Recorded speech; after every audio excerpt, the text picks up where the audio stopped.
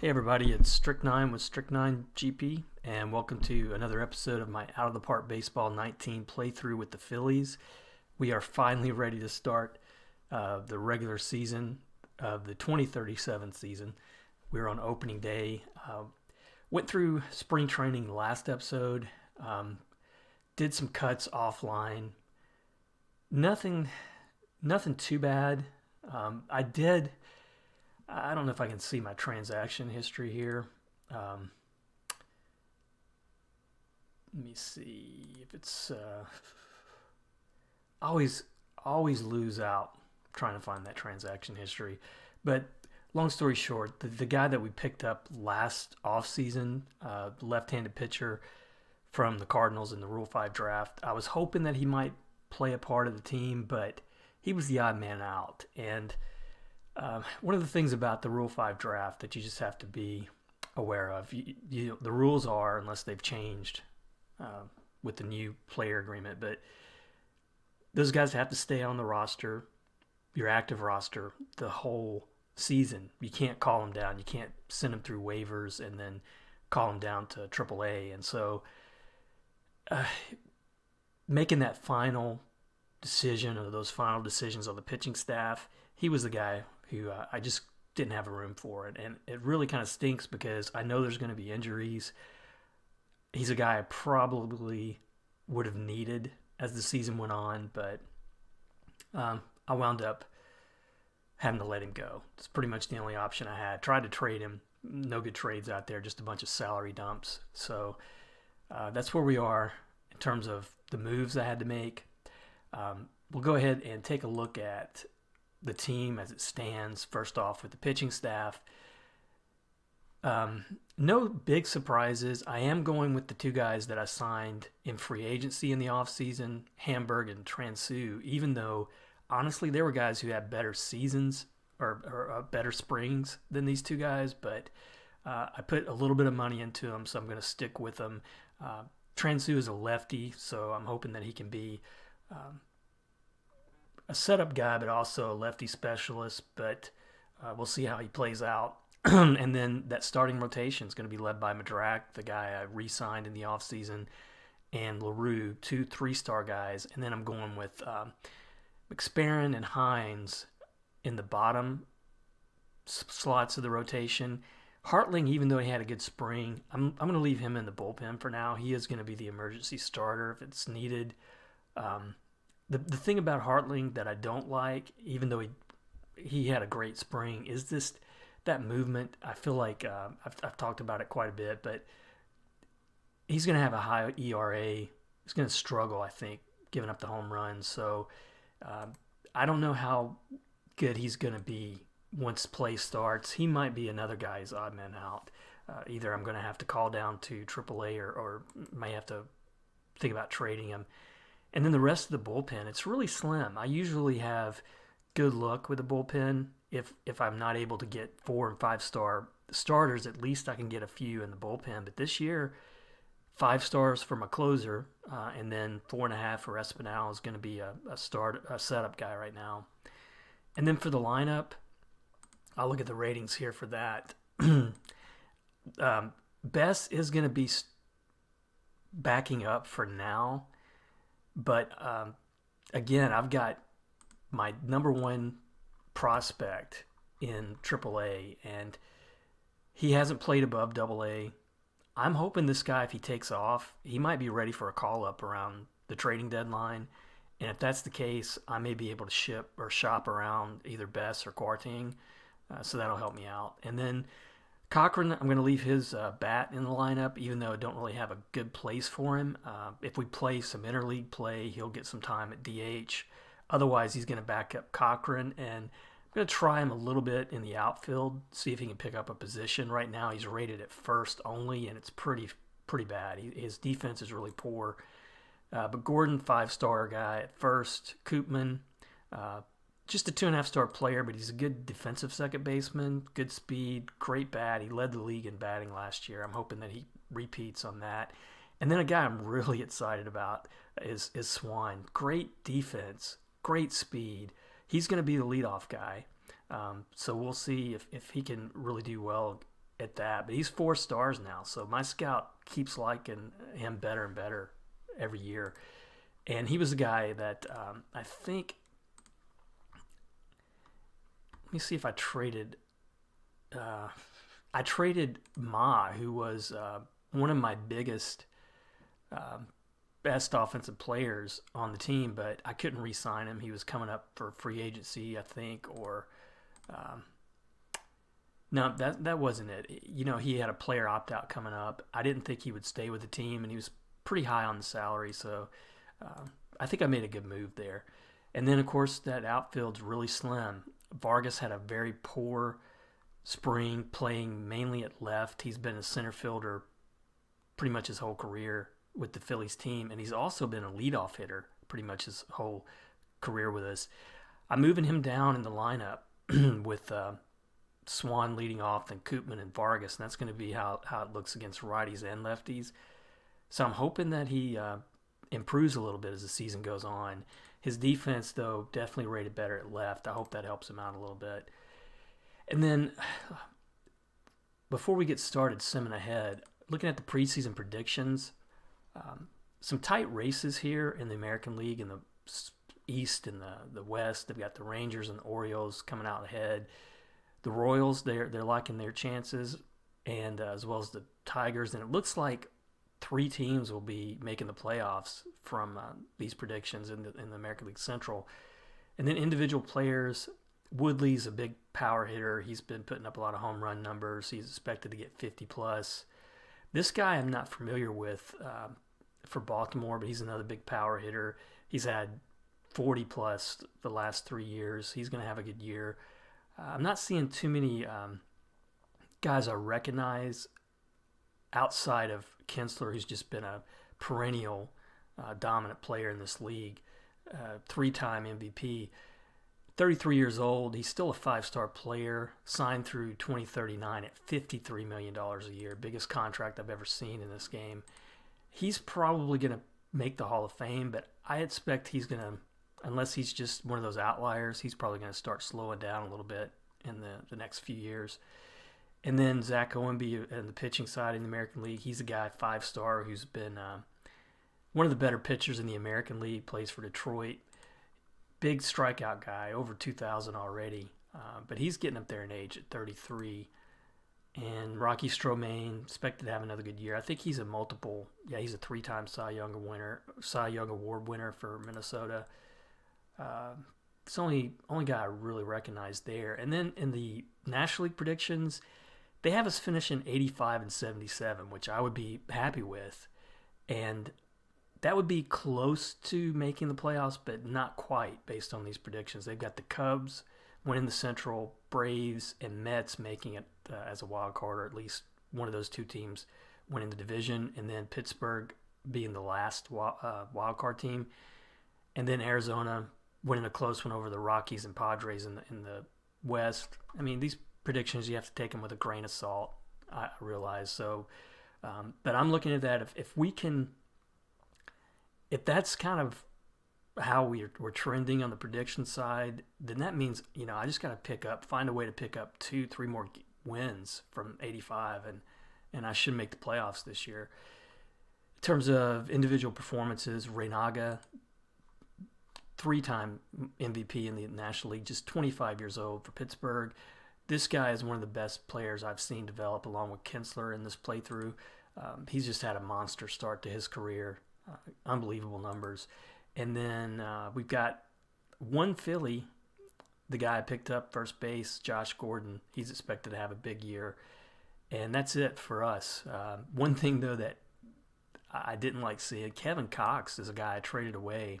He was a former big draft pick for me who just never developed. You can see his defense. His defense was never really solid. He was drafted as a left fielder. But he had some good upside offensively. He just never developed from my scout. And now it looks like he's starting to develop. He's coming off a solid year for Milwaukee, 3.9 wins above replacement, 29 home runs, 88 runs, some pretty good numbers there. We traded him away. Let's see. We traded him to Milwaukee for Hannibal, who's now a 2.5-star pitcher. And he's one of the guys that I moved down to Lehigh Valley in AAA this year. He just after a good start after that trade for with Milwaukee. Well, no, that was his Milwaukee numbers. I'm sorry. That's why I traded for him. I thought, maybe he's young. He's looked good in the minors, and he looked good in that short stay with Milwaukee there in 2035. But good personality ratings, but I don't think he's going to have a place on this team. And then for pitching side, they do have Rob LaRue, showing up as having one of the potential best pitching performances of the year. 200 plus strikeouts again, which I know he's capable of that. He's got really good stuff rating. He had 219 strikeouts a couple years ago.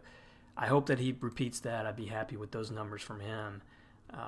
They've got James, an old guy who's had some big injury problems, but 38 years old for Atlanta. My guess is this guy's going to get injured. I don't think he's going to play a full season. I haven't seen him play a full season in a while, although 20, 34, and 35, he did put up 30-plus starts, but last year just 19 for Atlanta. He's never won a Cy Young, but he has won 20-plus before. He's over 2,000 strikeouts for his career, 54 wins above replacement career. He's a good pitcher. I just don't think he's got the I just don't think he's the pitcher that he was. And, if he's injured and doesn't put up those kind of numbers, that might affect these predictions a little bit. Atlanta may struggle to get to 88 wins.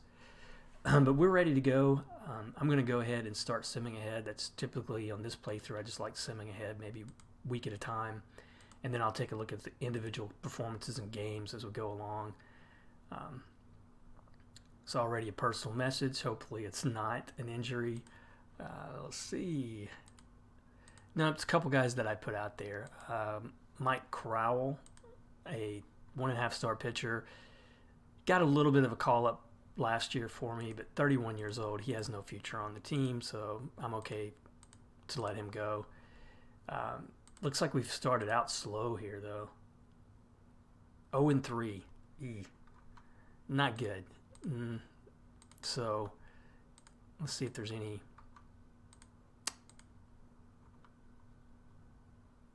still some closers out there, but I'm satisfied with the closer that we have, so I'll stay with that for a while. But let's take a look at some of these performances. Looks like we're getting rocked offensively, not doing too well. Badrack, not too bad for his first game, but we were shut out, and 13-3, a big loss there. Man, not good. LaRue really stunk it up. 7 runs. Mendoza did not look good coming out of that bullpen, and then 6-7 in extra innings. Close game. Swine was good game. Koopman 3 for 4. He started out pretty hot.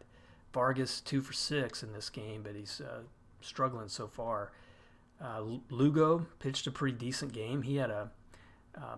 He was one of those guys, even though he's a 2.5-star pitcher, his individual ratings are solid, and I had a lot of trade offers for him in the offseason, so he might settle in and be a pretty good mid-rotation starter. Unfortunately, Mendoza, another blown save. Don't know what's going on there. I'm going to go ahead, as I like to do, check the waiver wire, see if there's anybody showing up here that could help me out. Mike Martin, again, scares me with that movement, so I'm not going to go for him. Some 2-star, 1.5-star players out there, nothing that's really going to help me. One of the things I do need to do, I have a couple guys who are out there in waivers I'm going to need to send down.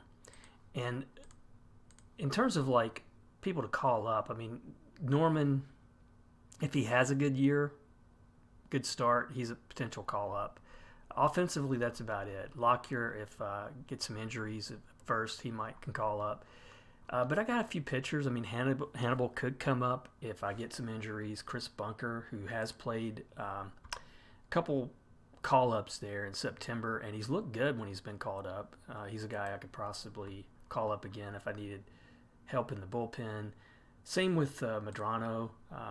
He's a guy I picked up, I think, either in a trade or Yeah, I traded this low round or a low prospect for him, but he might be somebody I can call up to if I need some help in the bullpen. So I'm not in terrible shape, but I'm going to go ahead and look to see if there's still anybody hanging out there in free agency that could help us out. Because now, you know, I should be able to sign him pretty easily. Skylar Collins is still there, but a guy who might be decent off the bench. But he's still wanting to be a starter. I think he would be probably a trouble on the team. Now this guy though, man, he dogs it too often. I really I really like staying away from personality problems. I don't like putting those guys in the midst. But 5-star pitcher, my scout, he could be one of the top closers in the league. And then Chris Carroll, who has some injury problems. He wants to be the closer. I just don't think that would be. I think that'd be too big of a gamble. Hopefully, I'm hoping Mendoza starts hitting his stride pretty soon. And poor start for him though. So 0-3. Are we going to get our first win? Here we do. A couple wins in a row. And already we got an injury here. In Clearwater.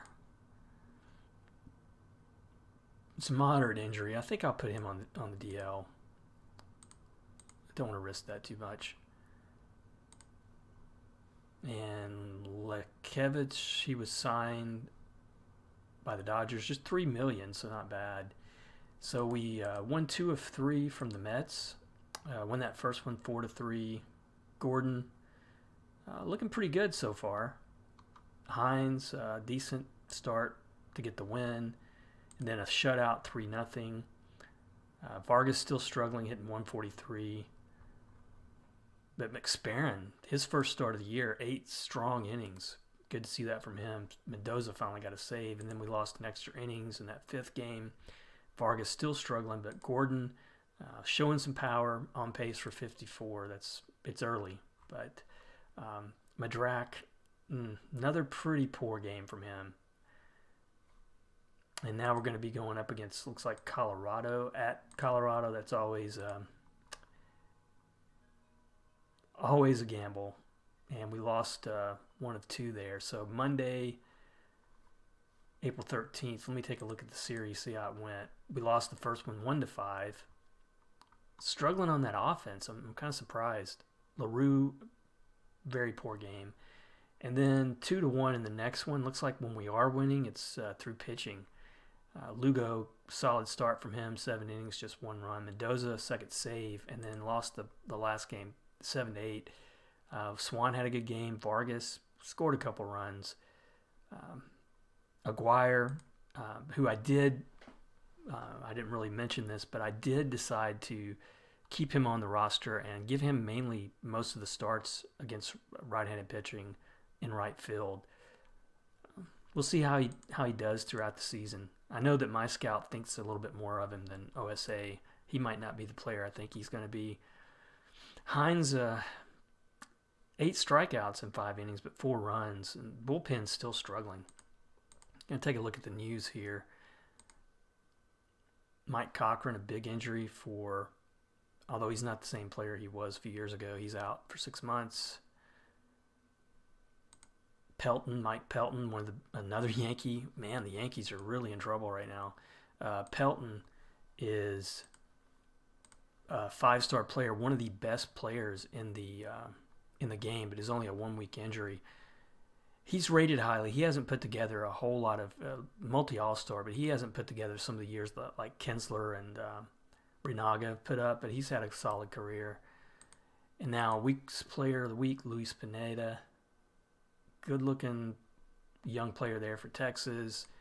And Juan Lorari, if you say that right. He's a good contact hitter. Signed to a big contract for Pittsburgh, $15.6 million. That's pretty big for his age and that team. But 3 times over 200 hits. Not a lot of power, but good speed. He led the league in batting once at 371, so career 325 hitter. And look at that, wins above replacement, over 40 already, and he's just 27. That's pretty good. And now power rankings, we are 25th out of 30. Wow, not a good start. Baltimore's looking strong. They were predicted to win the East. Kansas City, just a game over 500. Rangers, another team picked to win the West. They're doing what they were predicted to do. Then in the National League, the Braves have started out strong, 7-2, followed by the Nationals and Miami at 6-3. The Mets struggling. Pittsburgh off this good start. Arizona good start. Looks like the worst team in baseball right now is Tampa Bay at 2-8, and they are.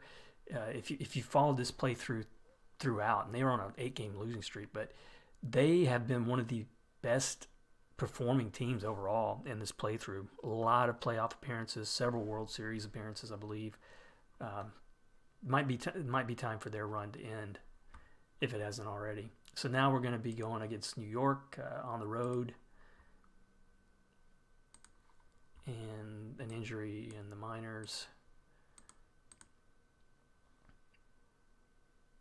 Man, here's another 5-star player. I'm seeing quite a few, after talking about it in one of the previous episodes about how 5-star players are so hard to find. I keep seeing them here. Here's a guy who's got some good power too. 40-plus home runs last year. On pace for 81 this year. That's not going to hang on. So we lost the first game 3-5.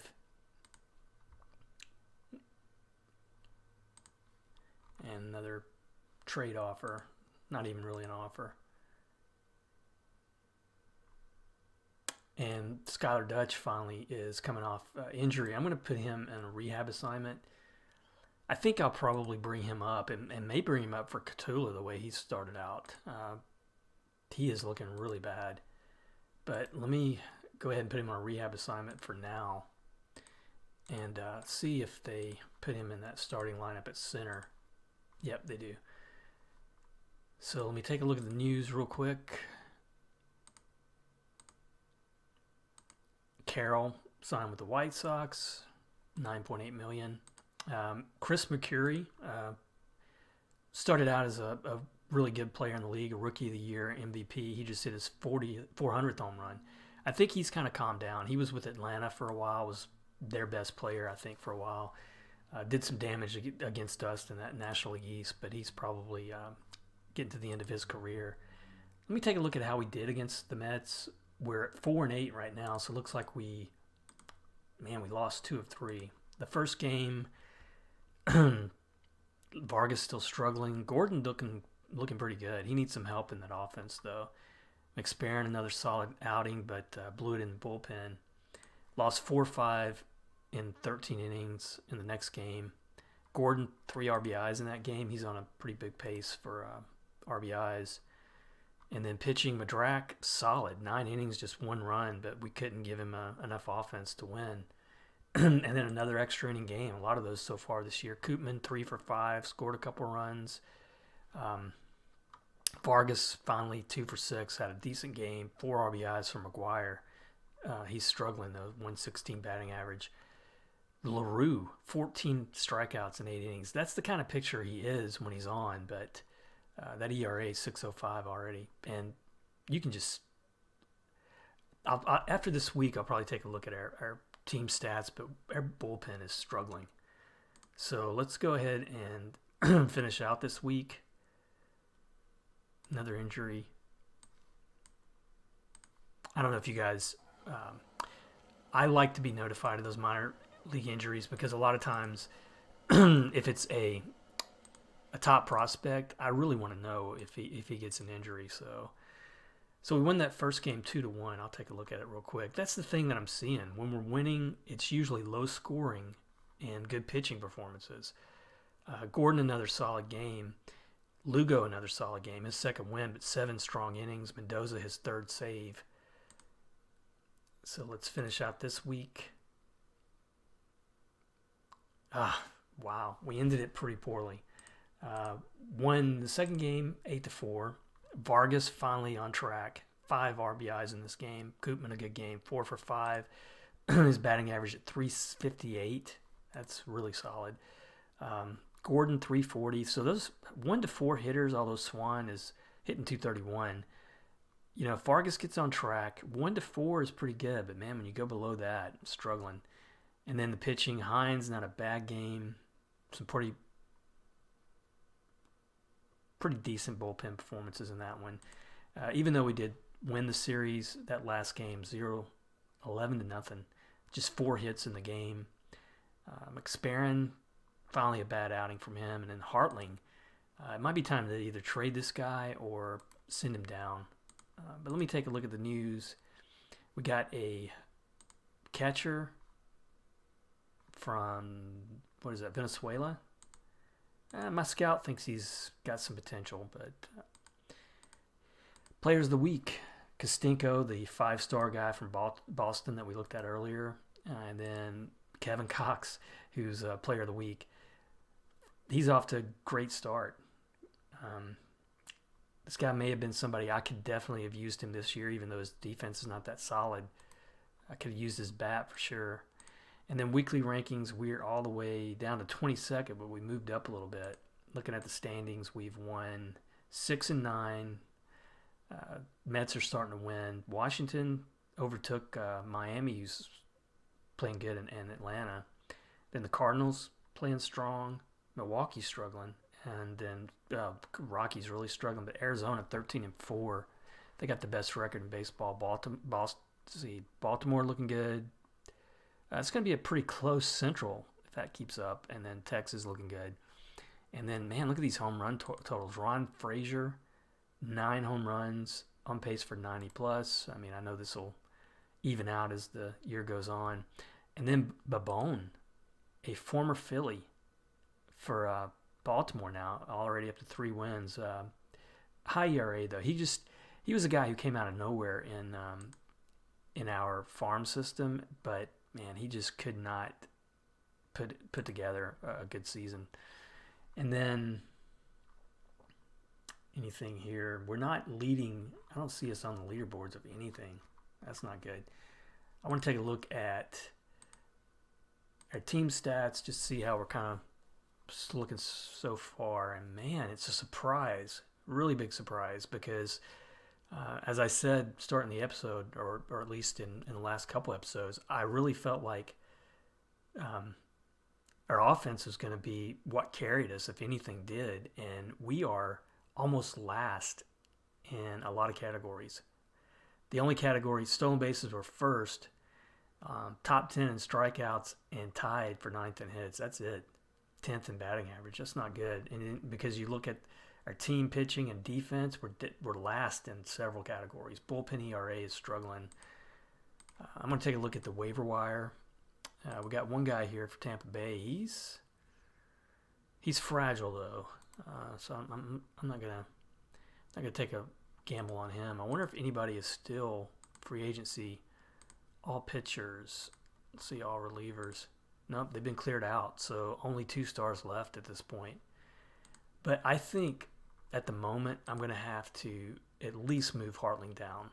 He is struggling too much. Ward is struggling as well, but I think he'll put it together. He had 75 appearances last year for Pittsburgh. Good year for him.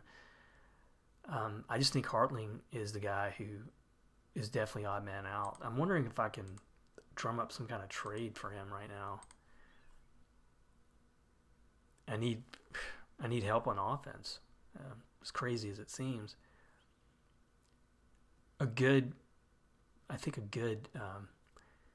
outfielder would be nice, so that I'm not having to start Aguirre. I think Aguirre might just be a little bit too new and inexperienced, whatever. I mean, he's never played above AA.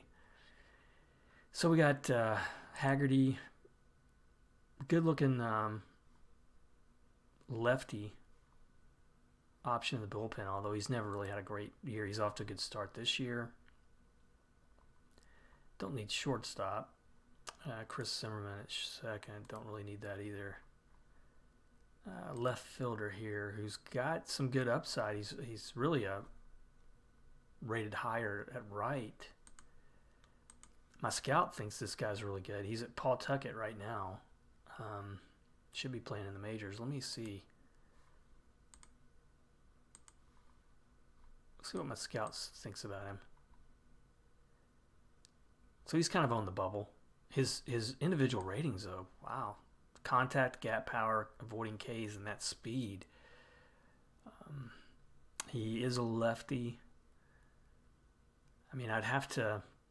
He hasn't been really tested either. This is, a little bit of time in Pawtucket. Last year, a little bit of time with Boston, and he looked good in limited play there at Boston. Randy Gibbs, a left fielder, but he's fragile. Dane French, don't like his individual ratings, or they would trade me Ma. Mike Steele, looks like a pretty decent closer. I think he was in a free agency in the off season. I don't think I want to go for him though. Willicott, shortstop.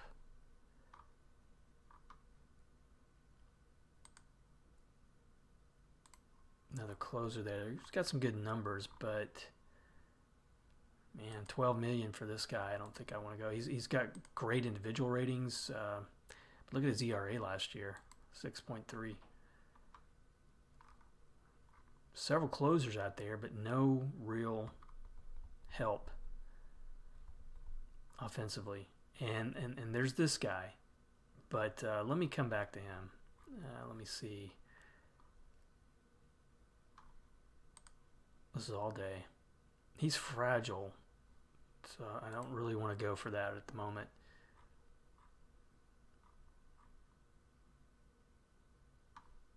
Joe Markham, another fragile guy. Jim Flood.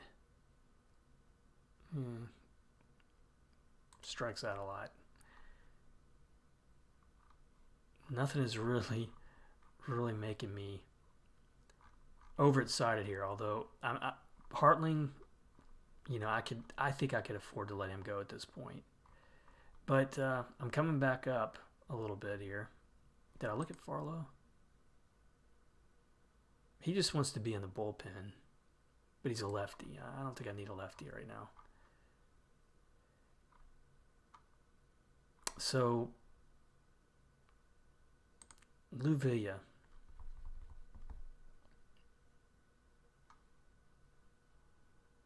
I mean, do I gamble with this guy? The 2 years he's with me, was injured almost half the season in 35, 2/3 of the season in 36. When he's healthy, one of the best players in the league, potentially. But is he going to be healthy?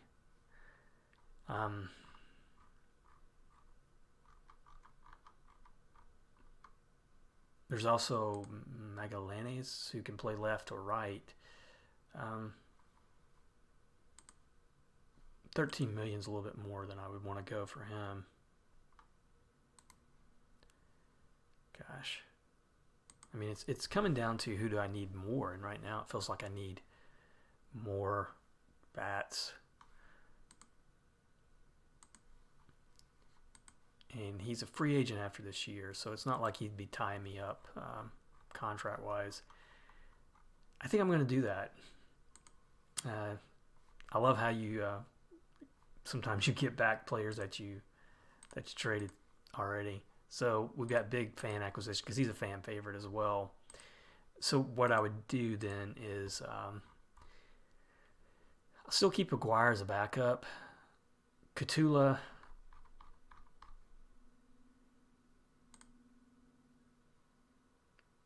I think Dutch is probably going to have to come in for Catula.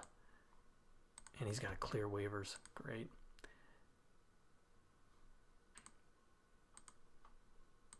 So we're going to send him down. And then we're going to bring up Dutch. Or are we? Just realized I really probably don't need to bring up Dutch. Just kind of messed his day up there. So we're putting Villa in the lineup, but where do we put him? And I think that's going to be the big problem here.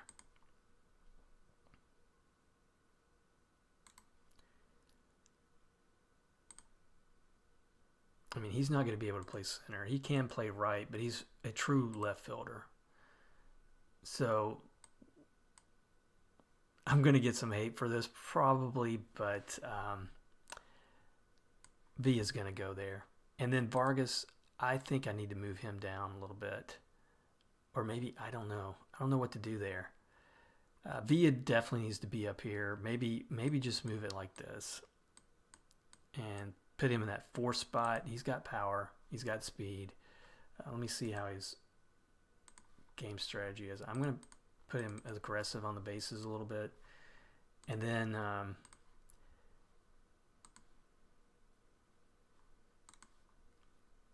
against lefties, I had Stern playing center, but he's an even worse pick at center than Vargas. Now Villa against lefties, he's rated so I'll probably keep him down there in that 6th spot.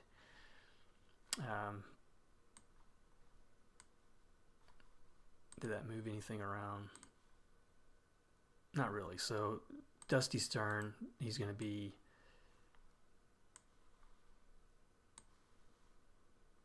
getting some pinch hitting duties there and playing left.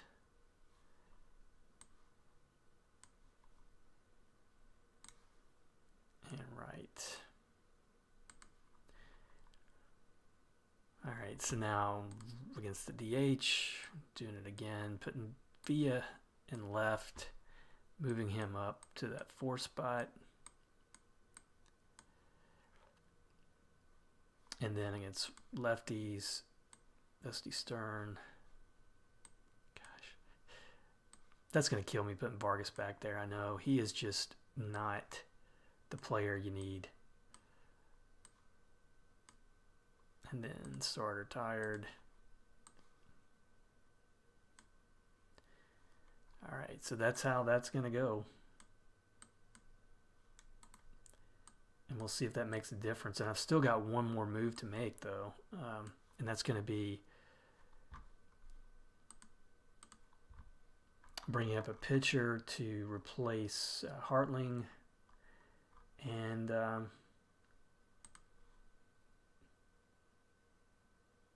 yeah, I think I'll try Hannibal and put him as a middle relief, but an emergency starter. All right, so a lot of movements there. But big series is coming up. This is a big week. Washington and Atlanta at home. Let's see how we do it. See if that makes a difference. Did in this game, 11-2. But Justin Cook retiring. That's no big deal. Keep playing here. So we did win 2 of 3 against Washington. So let's see how we did. It looks like we did it with offense. Lost that one. The first game 7-16, a big blowout. Villa 1 for 5, not a great start for us, but Madrak, man, Furlong, Espinal, the bullpen's still struggling. But then we got it back together in the second game, 11-2. Lohman a good game, Gordon a good game. Tipton looked pretty good there too, and then LaRue finally a win, his first of the year, and then we won 9-2. Villa still not doing great, but it's early. Aguirre had a good game at right field there, and Lugo picked up his third win of the year, 1.75 ERA so far. So now we got a big series against Atlanta, and won the first one 5-1. And let me take a look at that. We got a trade proposal already as well. Lohman. His average is low, but he's being productive for us. Hines got the win. Strong outing from him. I'll take a look at this trade proposal from Milwaukee. Catcher for Swan. No dice. And then 3 more games against Atlanta. So couldn't really do it. And let's finish out the series, see if we can at least. So we lose 3 out of 4 against Atlanta. Not good. We lost the second game 7-13. Swan 3 for 5. Villa, good game finally from him, but McSparran was rocked. The bullpen rocked. Not good. Lost 1-9. In the third game, again, Madrak, who hasn't won a game this year. Hamburg looked bad. And then 3-5 in extra innings. Vargas was 2 for 5. Villa so far, it's a mixed bag from him so far. Aguirre still struggling to get above 200. LaRue, another strong outing in terms of strikeouts, and really 7 innings, 2 runs, not bad. He's on pace for 300 plus strikeouts. But the bullpen just really, really sneaking. So injury to Furlong, but just 2 days, not bad. So players of the week, Meza in Kansas City, Zach Lanier for Washington. And we moved up a little bit. We're at 21st on the rankings, but not too good. Let me see the standings, how it's playing out. We're 9-13. We've won 5 of our last 10, playing a little bit better. Miami 14-7. They're good, looking good. So Vargas and Swan leading the league and stolen bases. But let me try to play through the rest of this week. I want to check the waiver wire too, like doing that throughout the season. And then let's see if we can get on a winning track here. So Catula goes down to the minors. And we lose the first game 4-7 against Milwaukee. Kevin Cox still off to a great start. Swan, Koopman, Lohman 2 for 3. Aguirre had a good game, finally above 200, but struggling. Jeez. 10-15, 11-15, 11-17. So we are 12-17. A mixed bag on this week for sure. Lost to we split the series against Milwaukee. Kevin Cox looked like he had a good series against us. Gordon, he's looking okay. Average is down to 276, but rest of this lineup not looking too good. And then we finally won 3-2 again. We've been winning some close, low-scoring games, for what it's worth. But McSparran, a good game here, his second win. And then we won 7-1. That's one of our better wins this year. Aguirre, another good game. So he's starting to, looks like he might be starting to hit a little bit better in May. Vargas still struggling. He's rated now at 2 stars for my scout. I mean, I'm probably going to be stuck with him for at least this year and next. And then pitching-wise, Madrak finally got a win, his first of the year. And then against Washington, we lose 2-3. 1-3 in that first game. Pretty good outing from LaRue. 4-6 in the next game. Vargas 2 for 4 in that one. Finally, decent outing. But Lugo not looking too good now. And then 4-3 in extra innings. Vargas 3 for 4. Maybe he's getting started to hit. Aguirre looks like he's leading this team in RBIs at 18. That's kind of odd.